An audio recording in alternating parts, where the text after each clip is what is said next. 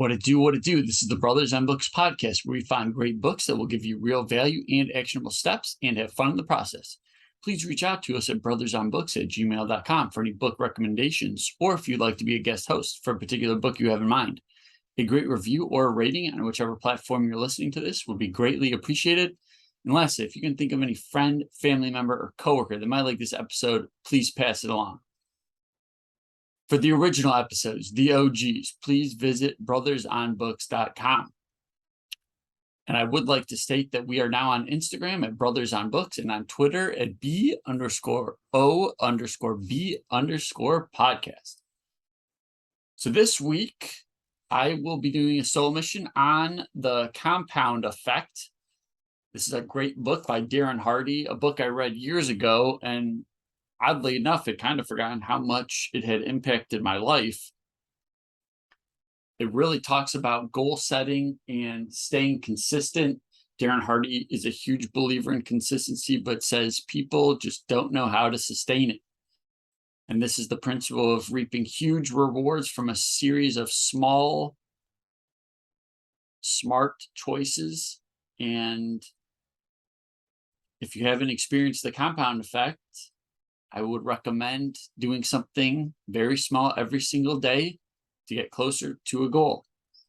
Because smart, even small choices with consistency over time add up to a radical difference. I think a good example early on in this book, he talks about the magic penny.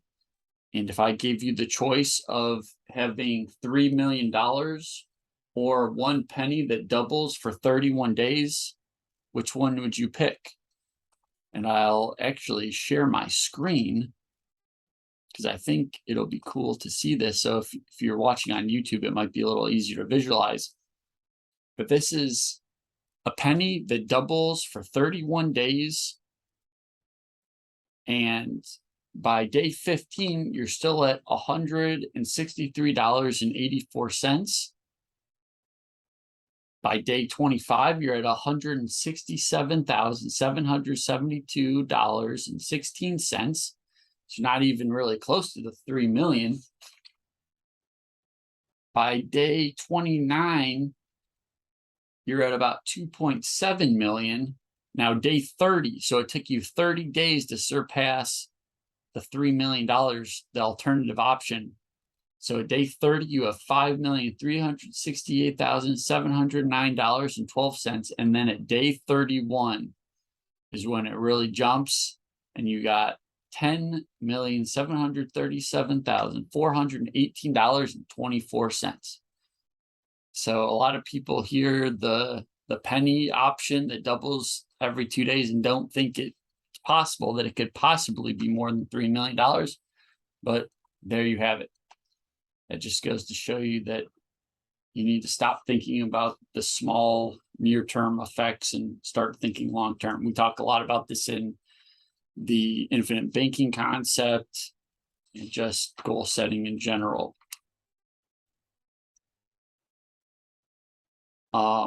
Chapter 2 is about choices. And he had a good part that says, once you start tracking your life, your attention will be focused on the smallest things you're doing right, as well as the smallest things you're doing wrong. So I think in my life, the thing I started tracking was my net worth, and it immediately brought attention to where my money was going and was my overall wealth number or net worth increasing. And just because your net worth is increasing, I guess, doesn't mean you're like wealthy per se, because if you don't have access to it, that's another issue, I guess. So you might not be able to just quit your job just because you have a high net worth right now, depending on where the money is. But if whatever gets measured, it gets managed, is a good way to summarize that. And if you focus on that and you track it, then you'll probably give more attention to it, and you'll think twice about spending something frivolous or buying that extra frappuccino or whatever, which I unfortunately do too often. So chapter 3 is about habits. and this is probably, I think, the best chapter. Successful people aren't necessarily more intelligent or talented than anyone else, but their habits take them to great places. And so I liked that quote. He had a mentor, Jim Rohn. If you go on YouTube, you can get some great videos of Jim Rohn quotes. But here's one of his really good quotes. If you want to have more, you have to become more. Success is not something you pursue. What you pursue will elude you. It can be like trying to chase butterflies. Success is something you attract by the person you become. And he says, you are, a conglomerate of your choices, your behaviors, your habits, and then over time, the compound. And then hopefully you'll reach your goals through those. And he makes the point that habits are learned, so they can be unlearned. So if you feel like you have some bad habits, there's some hope that you can get those gone. So in order to break your bad habits, you have to identify your triggers, clean house, swap the habit, ease in, or jump in. And he recommends running what he calls a vice check, where you go 30 days without something that you found to be a bad, or you think it might be a bad habit. So for me, I have a lot of green tea frappuccinos at Starbucks. I've been trying to make them more myself, but so for the next 30 days, I'm going to try to go without buying any coffee or drinks in coffee shops. So I'll be making all of my drinks, and we'll see if I'm okay after the 30 days. I have a feeling I'll be okay, and it won't have negatively affected my life. So on the flip side, how about, what does he say on getting good habits? So he says it does take some research, or the research says it takes 300 instances of positive reinforcement to turn a new habit into an unconscious practice. And he mentions the point that you can set yourself up to succeed by putting some safeguards or putting your environment into place. So, for example, don't join a gym that's 30 miles away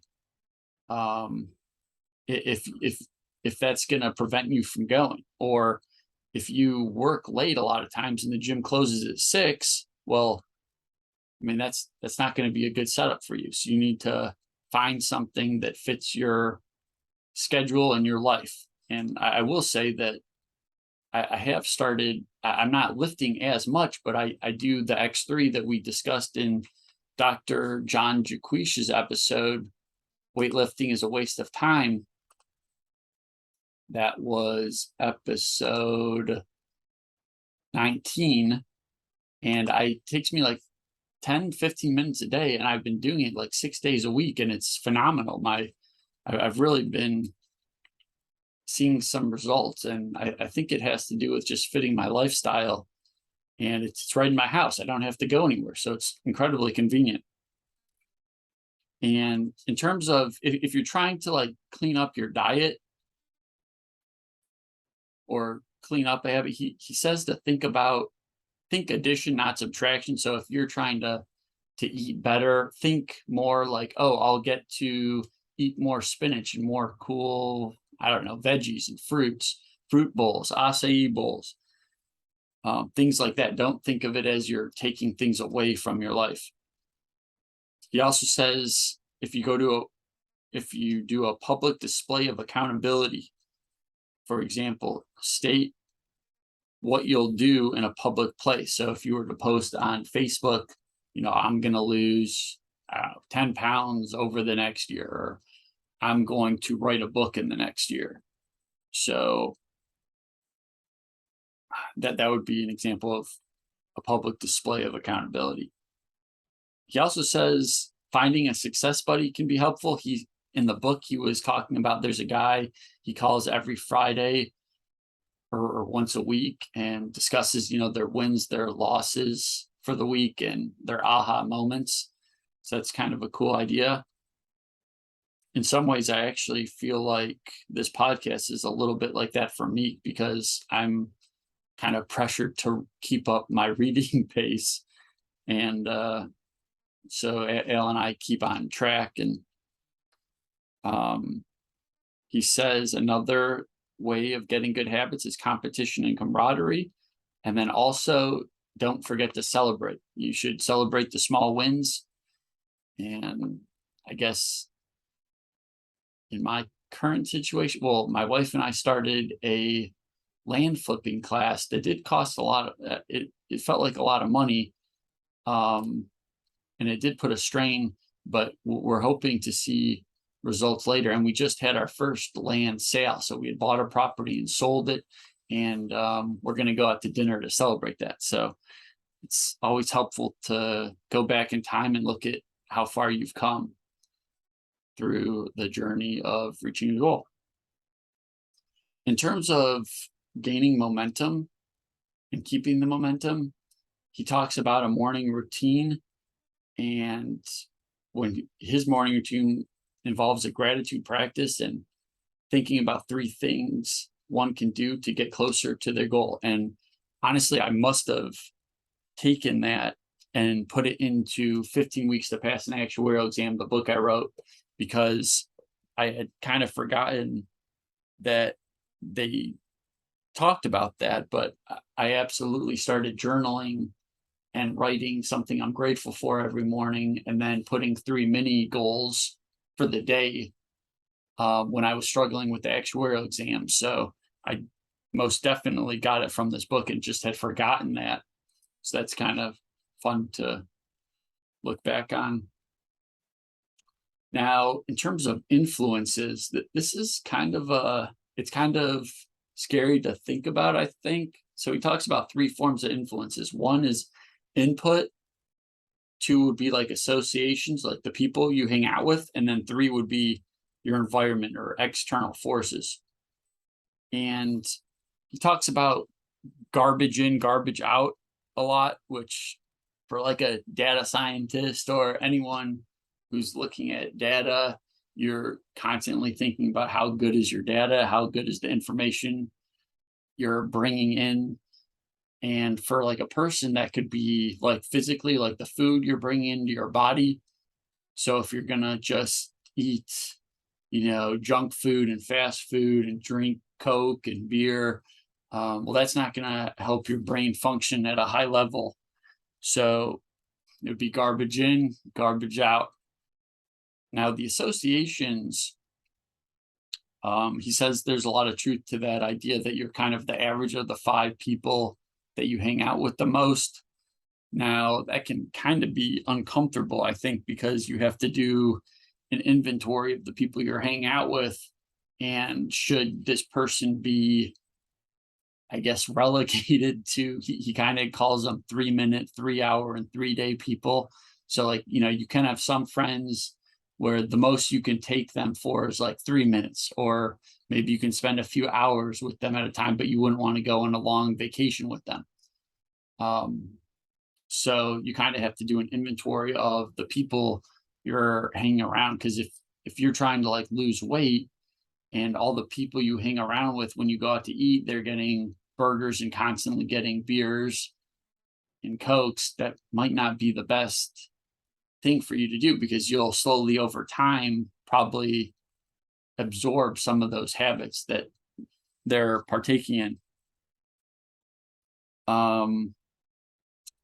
Now, in terms of the external environment, we kind of touched on that, like with creating an environment that is conducive to helping you reach your goals. Like if your, gym is 30 minutes away, it's not super conducive to helping you get fit, lifting weights or whatever. If you were to put something in your house or get a gym that's closer, that might help you.